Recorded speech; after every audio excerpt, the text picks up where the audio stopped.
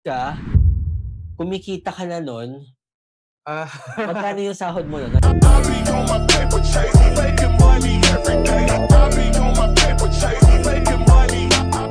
Balik ako dun. So, helpdesk ka, kumikita ka na nun, ah. magkano yung sahod mo nun nung helpdesk ka?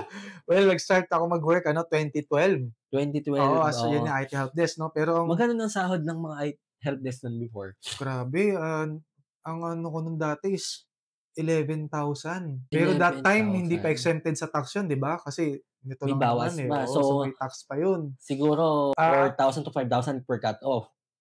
mga gano'n, oo, malaki na nga yun, parang ang Oo, tingin ko mga 3,500 to 4,000, mga gano'n. Basta yun bawasan mo na lang ng tax yung 11,000, oo, yun na. So 12,000. napakaliit, tapos nagwo-work ka pa sa ako taga Marikina ako 'no, Oo. so nagwo-work ako sa Boni. Boni, malayo So din. malayo 'di ba, so Oo, mag-spend ka ng oras and then, pamasahe. So hindi naging madali kasi akala mo porket grumaduate ka na ng college, tapos ka, easy na 'no? easy na. So hindi. So especially sa IT 'no, yung mga employer usually naghahanap ng mga certificate, Oo, training and what. Pero hindi naman niya agad yung naging priority mo 'di ba, usually oo. ang priority mo is maghanap na ng work.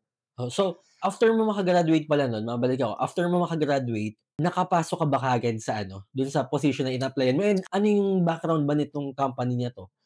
Ano yun, telco, yes Telco telco, din, yes telco. okey. So, from telco ka na nun, so helpdesk. So ilang months ka bago makapasok dito?